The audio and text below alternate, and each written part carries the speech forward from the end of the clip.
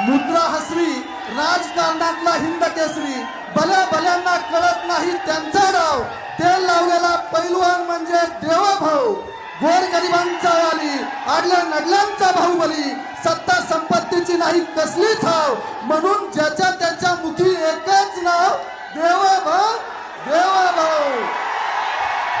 भारत माता की, भारत माता की, छत्रपती शिवाजी महाराज की, धर्मवीर छत्रपती संभाजी महाराज की, जय भवानी, जय भवानी, जय जय जय जय जय भवानी, जय जय जय जय जय शिवाजी, ये कोट ये कोट ये कोट ये कोट।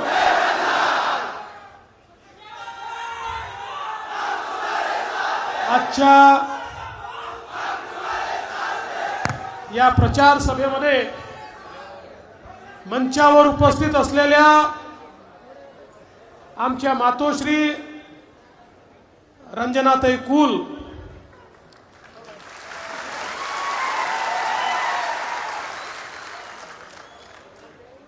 आपल्या सर्वांचे लाडके आमदार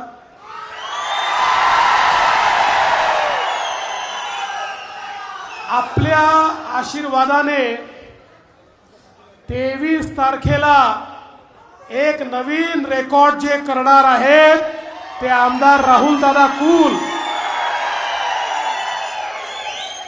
आणि त्यांना तेवढ्याच ताकदीनं साथ देणाऱ्या रंजना आमच्या कांचनताई कुल।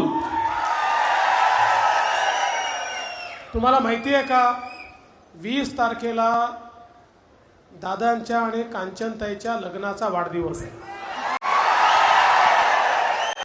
मग गिफ्ट कसं द्यायचं आहे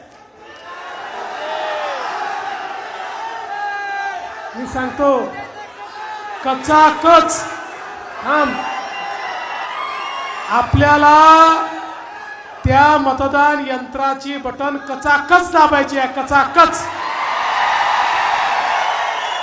आणि या ठिकाणी त्यांना गिफ्ट द्यायचं आहे।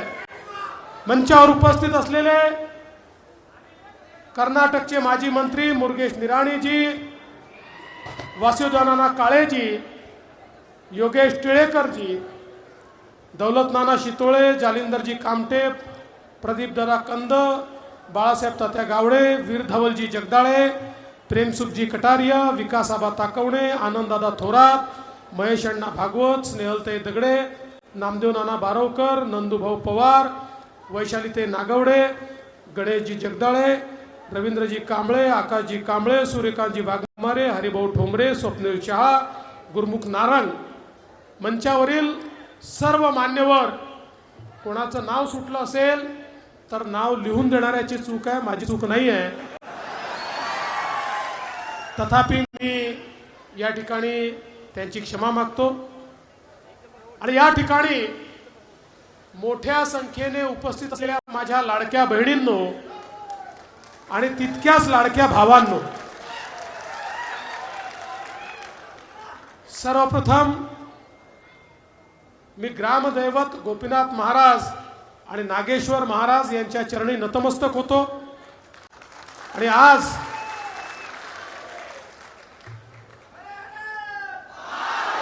हर हर हर हर, आज याला विराट म्हणू का विशाल म्हणू, मी मुंबईवरनं आलो, मुंबईला एक अरबी समुद्र पाहिला आणि इथे माणसांचा समुद्र मला पाहायला मिळतो।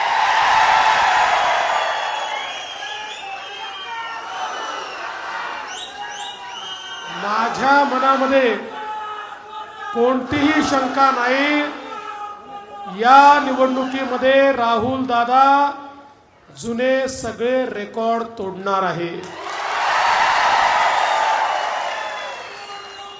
खरं म्हणजे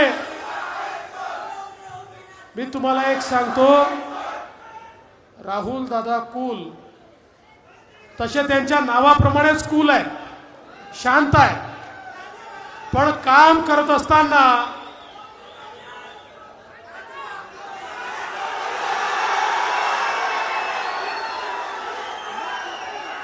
बा माझं भाषण शांतपणे ऐकलं तर करीन, माझ्या भाषणात डिस्टर्ब केलं की कट. पण काळजी करू नका, मी तुम्हाला एक गोष्ट सांगतो, मी ठरवलंच आहे यावेळी राहुल दादांना मंत्री करायचं ठरवलंच आहे. तर असं नाही, माझी शर्त आहे, शर्त आहे का, शर्त एक शर्त आहे,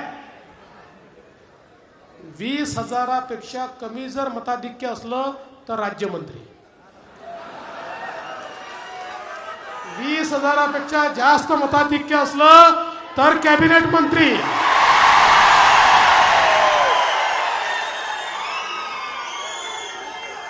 मग माझ्याकडे तक्रार करू नका. आता गेम तुमच्याकडे आहे.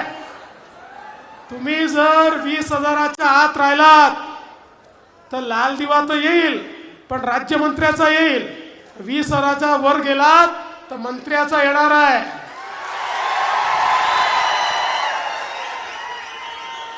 राहुल दादांनी सातत्याने या मतदारसंघामध्ये जे काम केलेलं आहे, मला हा एक असा आमदार दिसतो 24/7 ज्याच्या डोक्यामध्ये जनता आहे, मतदारसंघ.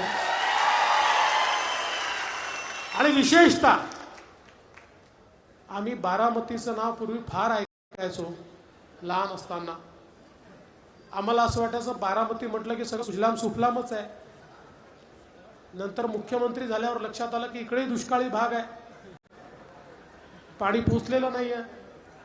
पण तुम्हाला सांगतो, ज्या प्रकारे राहुल दादांनी पाण्यावर काम केलेलं आहे, मी तर असं म्हणेन या त्यांच्या कामाला मी सॅल्यूट करतो, सॅल्यूट.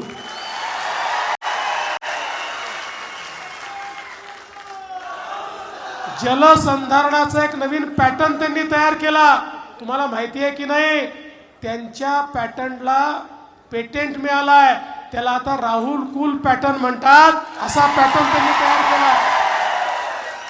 आणि त्याचसोबत माझ्या पाठीमागे लागून खडकवासला जो टनेल आहे, वर्षानुवर्ष बोललं जायचं टनेल होणार होणार होणार, कारण हा टनेल जर झाला तर दौंडला 3 TMC पाणी जास्तीचं मिळतं. त्याचं 2200 कोटीचं टेंडर काढून काम हे राहुल दादा कुल यांनी सुरू करून घेतलं. बेबी कॅनॉलचं काम तर मी मुख्यमंत्री असतानाच त्यांनी सुरू करून घेतलं होतं. आता त्याला ॲडिशनल 300 कोटी रुपये घेतले आणि त्या माध्यमातून मोठ्या प्रमाणात हे काम या ठिकाणी होत आहे. आणि आता सगळ्यात महत्त्वाचं काम जे त्यांनी हातामध्ये घेतलं आहे, जे खरं म्हणजे न होणारं काम त्यांनी शेवटच्या टप्प्यापर्यंत आणलंय. या क्षेत्राचा चेहरा बदलवेल असं मुळशीचं पाणी या भागामध्ये आणण्याचा आपलं असं आहे. एखाद्याने जर जास्त ज्ञान सांगितलं तर त्याच्याच गळ्यात अटकवून टाका. असं मला एक दिवस येऊन भेटले, मला ते मुळशीचं पाणी असं येऊ शकते, तसं येऊ शकते, हे करू शकतो, टाट्याच्या धरणाचं ते येऊ शकते. मी केली कमिटीने दिली त्यांनाच. एक अधिकारी देऊन टाकला मोठा आणि म्हटलं बघा करा अभ्यास. पठ्ठ्याने अभ्यास केला आणि या ठिकाणी अहवाल दिला आणि एक पॉझिटिव्ह अहवाल आता आलेला आहे. आता पुन्हा तुम्ही तिसऱ्यांदा आम्हाला सरकारमध्ये बसवलं की मग या अहवालाला देतो गती आणि तुमच्याकडे पोचवतो पाणी. पण हे सगळं या ठिकाणी राहुल दादांच्या माध्यमातून होत आहे. आज बघा पुणे दौंड रस्त्यावर 6 पदरी 6,000 कोटी रुपयाचा एलिव्हेटेड रोड तयार होतो आहे. आज आपण जर निघालो पुण्यातनं तर आपली हालत काय होते दौंडला यायची असेल तर. आणि जर संध्याकाळी ट्रॅफिकमध्ये फसलो तर कधी निघणार हे माहिती नाही, पण सातत्याने पाठपुरावा केला आणि त्यामुळे दळणवळणाची साधनं तर चांगली होणारच आहे. पण राहुल दादा, तुम्ही जी MIDC इथे मागताय ती MIDC तुम्ही देणारच आहे, पण त्या MIDCत येण्याकरता पुण्यातनं हा 6 पदरी रोड झाल्यामुळे आता इंडस्ट्री येईल. कारण अलीकडच्या काळामध्ये इंडस्ट्री आम्हाला म्हणायची पुणे जिल्ह्यामध्ये कुठेही जायचं तर आता रस्त्यावर इतकं कंजेशन आहे की आम्हाला पुण्यातनं पोचता नाकी 9 येतात. पण मी गडकरी साहेबांचे आभार मानतो, पुण्याच्या 4ही दिशेला जाणारे जे रस्ते आहेत याच्यावर 54,000 कोटी रुपये आमच्या गडकरी साहेबांनी दिले. आणि आता इंडस्ट्री अत्यंत खुश आहेत. आणि आता ते पुन्हा म्हणतात पुण्याच्या आजूबाजूला कुठेही MIDC काढा, त्या ठिकाणी उद्योग आणण्याकरता आम्ही तयार आहोत. आणि म्हणून मोठ्या प्रमाणात हे काम दादांच्या माध्यमातून होत आहे. खरं म्हणजे अमृतची योजना असेल, क्रीडा संकुल असेल, वेगवेगळ्या प्रकारे रेल्वेचे कार्यक्रम असतील, या सगळ्या गोष्टी दादांनी अतिशय चांगल्या पद्धतीने केल्या. आणि आपला कारखाना भीमा पाटस खरं म्हणजे इतक्या अडचणीमध्ये तो होता, पण राहुल कुल यांनी कधीही आपला संयम ढळू दिला नाही. आणि मी निराणीजींचे मनापासून आभार मानेन, ते मदतीला धावले. आम्हाला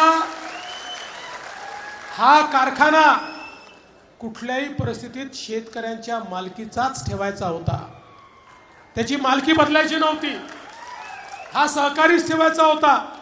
आणि म्हणून राहुल दादांनी जे प्रयत्न केले, मी तुम्हाला खरंच सांगतो, मागच्या वेळेस आलो होतो तर माझे केस जास्त दिसत होते, कमी झाले थोडे, ते यांच्यामुळेच. या कारखान्यापायी यांनी माझ्या केसांवर असा घाला टाकला. रोज कारखाना, सकाळी कारखाना, संध्याकाळी कारखाना, दुपारी कारखाना, खाताना कारखाना, झोपताना कारखाना. मी म्हटलं बाबा एकदाचं करा. आणि मला अतिशय आनंद आहे ज्या पद्धतीनं पुढे चाललाय. मी आज भाकीत करतो पुढच्या काळातला या भागातला सगळ्यात चांगला कारखाना हा असणार आहे. जे करायचं ते उत्तम करायचं. आज आपलं जे सरकार आहे, तुम्ही बघा, मगाशी दादांनी सांगितलं, आपलं सरकार सातत्याने शेतकऱ्यांच्या पाठीशी उभं आहे. हा जो इन्कम टॅक्सचा मुद्दा आहे, आज आलेला मुद्दा नाही आहे. 20-22 वर्ष आमच्या कारखान्यांवर आणि पर्यायानं आमच्या शेतकऱ्यांवर इन्कम टॅक्सची तलवार त्या ठिकाणी लटकली होती. कमीत कमी 6 वेळा माननीय पवार साहेब स्वतः डेलिगेशन घेऊन त्या ठिकाणी प्रणव मुखर्जी आणि मनमोहन सिंग साहेबांकडे गेले, पण ही तलवार निघू शकली नाही. आमचे अमित भाई शहा सहकारिता मंत्री झाले. आम्ही एक डेलिगेशन घेऊन गेलो आणि त्या ठिकाणी अमित भाईंनी सांगितलं काळजी करू नका, मोदीजींना भेटले आणि एका झटक्यात 10,000 कोटी रुपयाचा इन्कम टॅक्स शेतकऱ्यांचा माफ करून टाकला. आणि नियमच तयार केला की कोणी जर शेतकऱ्यांना जास्त FRP दिली तर त्यांना इन्कम टॅक्स लागणार नाही. आज उसाचं राजकारण हे भाजपला काय समजतं असे जे म्हणत होते त्यांच्या नाकावर टिचून आज या महाराष्ट्रातली कारखानदारी उभी आहे, तर ती नरेंद्र मोदीजींच्या निर्णयांमुळे उभी आहे. हे सांगताना मला अभिमान वाटतो. आज शेतकऱ्यांना आपण किसान सन्मान निधी देतो. 1 रुपयामध्ये शेतकऱ्यांना पीक विमा आपण सुरू केला. शेतकऱ्यांनी 1 रुपया भरला. आज शेतकऱ्यांना 8,000 कोटी रुपये पीक विम्याचे आपण दिले. आमच्या शेतकऱ्यांना त्या ठिकाणी आपण दिलासा दिला आणि सांगितलं आता शेतकऱ्यांना कृषी पंपाचं बिल भरावं लागणार नाही, त्यांचं बिल 000 आपण केलं. आणि बंधू भगिनींनो, पुढचे 5 वर्ष तुम्हाला कृषी पंपाचं बिल माफ आहे, माफ. आता तुम्ही म्हणाल 5च वर्ष का म्हणता? 5 वर्षांनी पुन्हा आम्हाला निवडून दिलं, त्याच्या पुढचे 5 वर्ष देऊ. आणि एवढंच नाही, आमच्या शेतकऱ्याला 24 तास वीज मिळाली पाहिजे आणि दिवसा 12 तास अखंडित वीज मिळाली पाहिजे. म्हणून मी वीज मंत्री म्हणून या महाराष्ट्रामध्ये देशातली पहिली शेती वीज वितरण कंपनी काढली. या कंपनीच्या अंतर्गत 14,000 मेगावॅटचे सौर ऊर्जेचे प्रोजेक्ट सुरू केले. 2,000 मेगावॅटचे पूर्ण केले. 18 महिन्यामध्ये पूर्ण 14,000 मेगावॅटचे प्रोजेक्ट कंप्लीट होतील. आणि त्यानंतर माझ्या महाराष्ट्रातल्या शेतकऱ्याला दिवसा 12 तासाची अखंडित वीज ही 365 दिवस मिळेल. दिवसा वीजही मिळेल, ती अखंडितही मिळेल आणि ती मोफतही मिळेल. आणि एवढंच नाही, आता आपण निर्णय घेतलाय, तुम्ही पुन्हा एकदा राहुल दादाला आमच्या सोबतीला पाठवलं आणि तिसऱ्यांदा आपलं सरकार आलं. आमच्या शेतकऱ्यांना कर्जमुक्त आम्ही करणार आहोत. शेतकऱ्याचा 7/12 कोरा करण्याचा निर्णय आपल्या सरकारने घेतलेला आहे. हे शेतकऱ्यांचं सरकार आहे, सामान्य माणसाचं सरकार आहे. आज आपल्याला कल्पना आहे, आपल्या देशाचे नेते माननीय नरेंद्र मोदीजींनी संदेश दिला, विकसित भारत घडवायचा असेल तर भारताची 50% लोकसंख्या म्हणजे आमच्या ज्या महिला आहेत, माता भगिनी आहेत, यांना जोपर्यंत सामाजिक आर्थिक परिवर्तनाचा केंद्रबिंदू आपण करत नाही तोपर्यंत विकसित भारत घडू शकत नाही.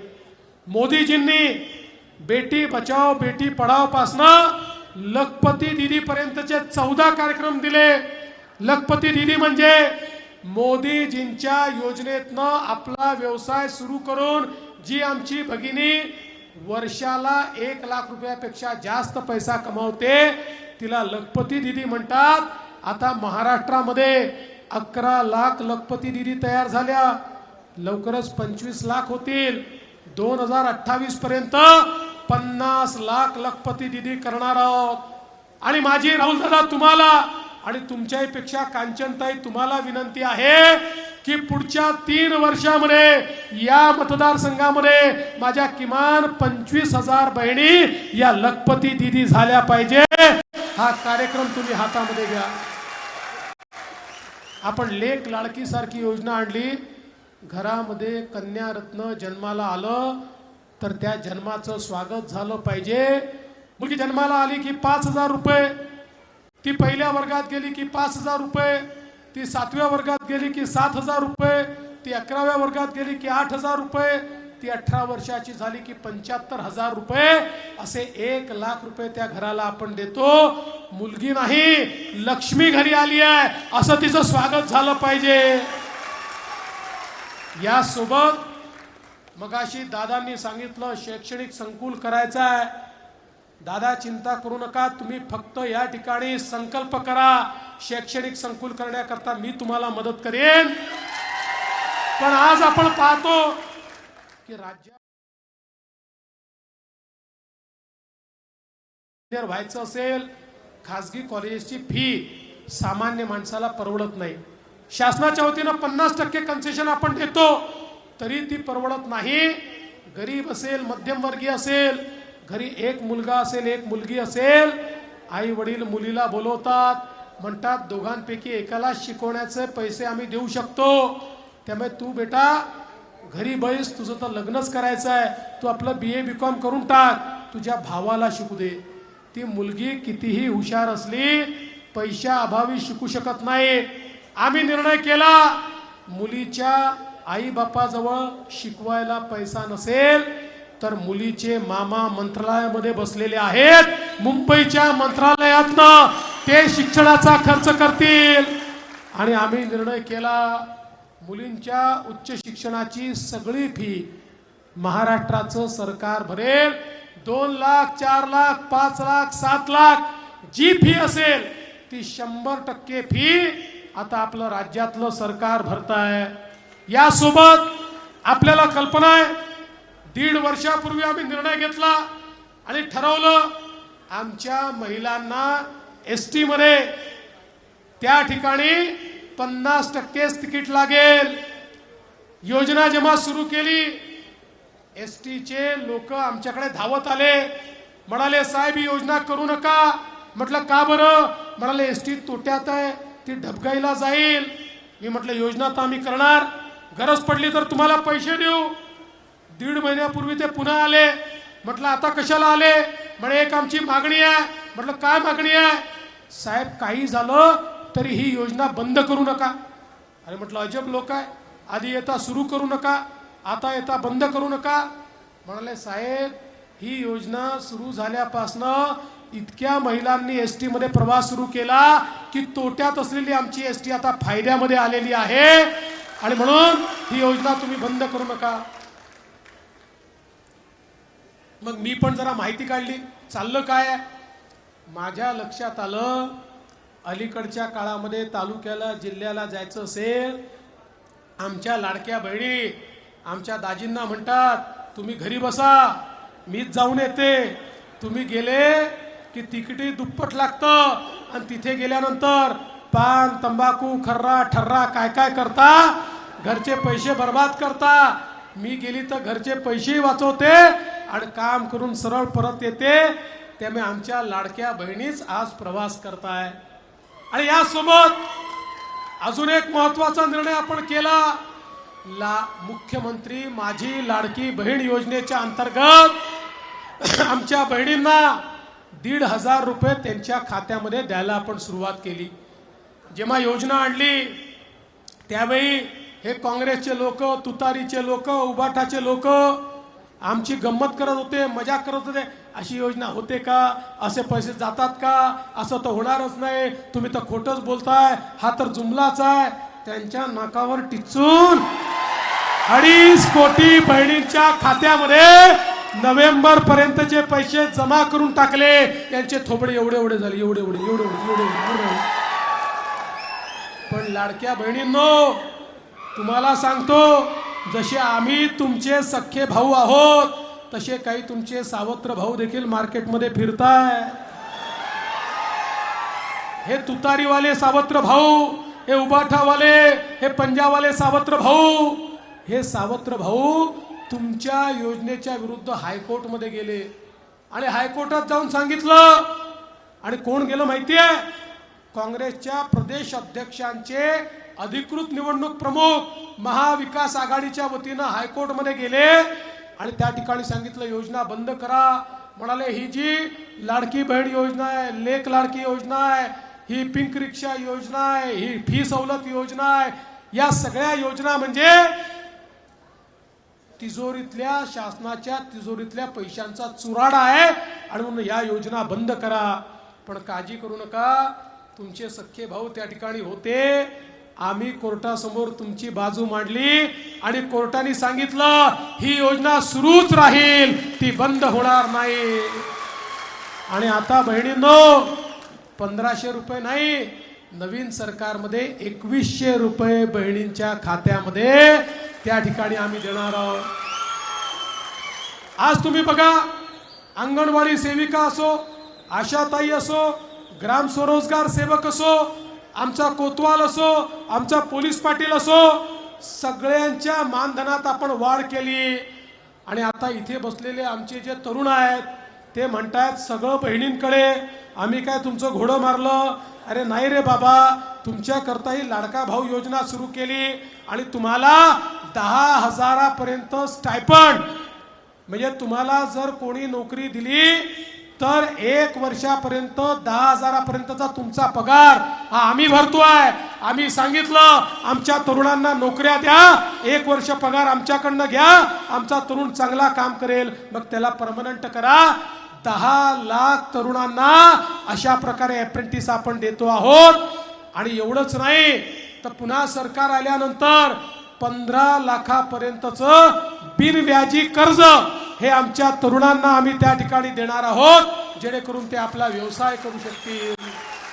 आणि म्हणून बंधू भगिनींनो, सांगण्यासारखं खूप आहे, पण मला या ठिकाणी एवढंच सांगायचं आहे, राहुल दादा कुल एक असं व्यक्तिमत्व आहे जो जनसामान्यांकरता जगतो, ज्याच्या मनामध्ये 24/7 आपले लोक आहेत, आपली जनता आहे. आणि म्हणून त्या जनतेला देखील माझी विनंती आहे, आता तुमच्या आशीर्वादाची गरज आहे. तुमचा आशीर्वाद, तुमचा पाठिंबा राहुल दादांच्या पाठीशी या ठिकाणी उभं करा. तुम्ही मला आमदार द्या, मी तुम्हाला मंत्री देतो. तुम्ही कमळाचं बटन दाबा, तुम्हाला मंत्री देतो.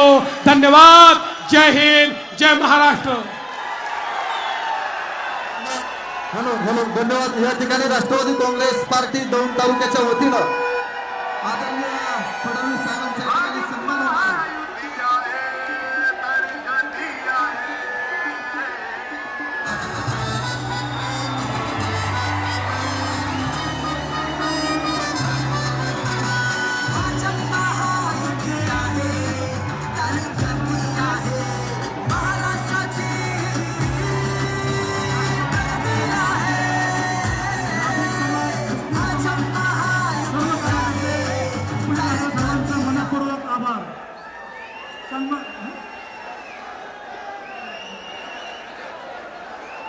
राष्ट्रवादी काँग्रेस सरकार होतोय. जगदाळे पाटील, वैशाली रानोडे